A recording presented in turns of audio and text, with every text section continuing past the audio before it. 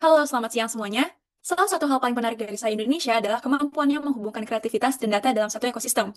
Bukan hanya menjadi agensi, tapi juga partner strategis yang adaptif di tengah industri yang terus berubah. Dengan kapabilitas dan positioning yang sudah kuat, saya punya peluang besar untuk tumbuh lebih jauh, lebih terstruktur, lebih terukur, dan tentu lebih berdampak.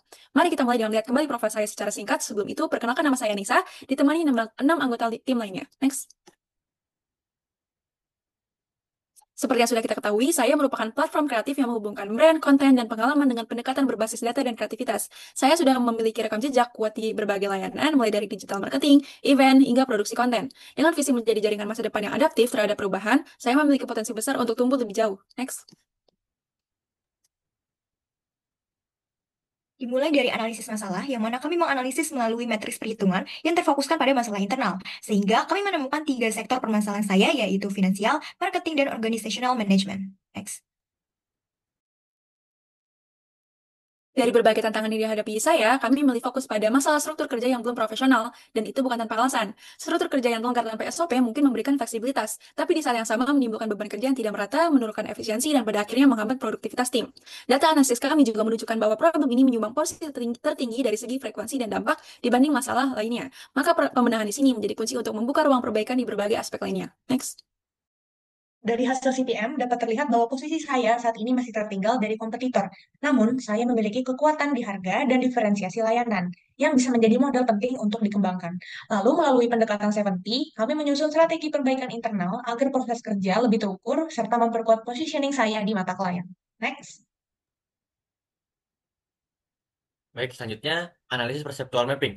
Saya Indonesia menempati posisi strategi di kuadran low price high quality service yang menunjukkan bahwa saya mampu menawarkan layanan berkualitas tinggi dengan harga yang terjangkau, berbeda dengan kompetitor yang lain. Hal ini dapat menjadi keunggulan saya Indonesia dalam mempertahankan konsumen ataupun mencari konsumen baru. Next.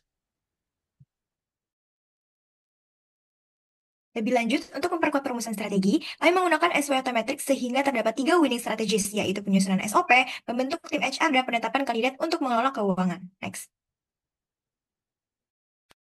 Ya, dari hasil-hasil strategi tersebut, kami kurasi menjadi 3 strategi untuk kami analisa menggunakan analisa QSPM. Dan strategi nomor 1 adalah jawaban dari keseluruhan masalah. Berikut adalah salah satu contoh implementation plan, di mana kita menetapkan OKR dengan objektif meningkatkan efektivitas dan akuntabilitas kerja tim melalui sistem kerjanya, beserta dengan key result dan task yang tertera pada layar. Untuk hierarchy of aims, ini kami menyusun berdasarkan kondisi internal saya selama 1 kuartal, dengan tujuan agar setiap tim memahami perannya dalam mencapai target perusahaan. Next.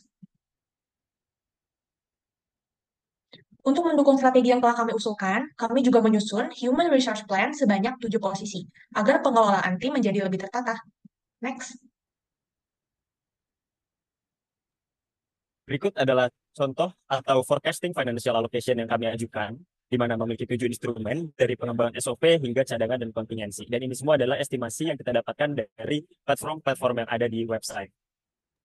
Kesimpulan dari financial allocation, saya Indonesia diperkirakan membutuhkan 50-70 juta selama 3 bulan, dengan 45% untuk pelatihan dan penyusunan SOP sebagai dasar perubahan sistem. Sebesar 15% digunakan untuk alat digital, sementara sisanya lagi untuk mentoring, pemetaan peran, insentif, dan kebutuhan mendasar. Dan inilah strategi SOP yang kami ajukan, ialah bernama saya Platform yang sudah dikemas sebaik mungkin, seperti berikut. Dimulai dari planning and briefing, content production, evaluation and documentation, serta deliver. Next. Oke, jadi pada balance core plan ini kita memberikan beberapa opsi untuk memperbaiki sistem strategis untuk tim saya Indonesia. Dengan itu, tim saya Indonesia bisa bekerja lebih teratur dengan efisien. Seperti keuangan bisa diatur lebih jelas, tim bisa tahu tugasnya masing-masing, dan hubungan dengan klien lebih kuat. Dengan cara ini, saya bisa terus berkembang dan memberikan layanan yang terbaik untuk kliennya. Next.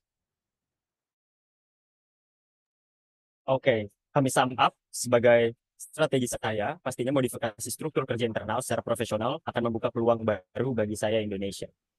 Untuk menjawab masalah sistem kerja kekeluargaan dan ketidakseimbangan, kembali kami mengusulkan 5 langkah yang tertera pada layar agar bisa mencapai 2 target utama yang sudah kami propose.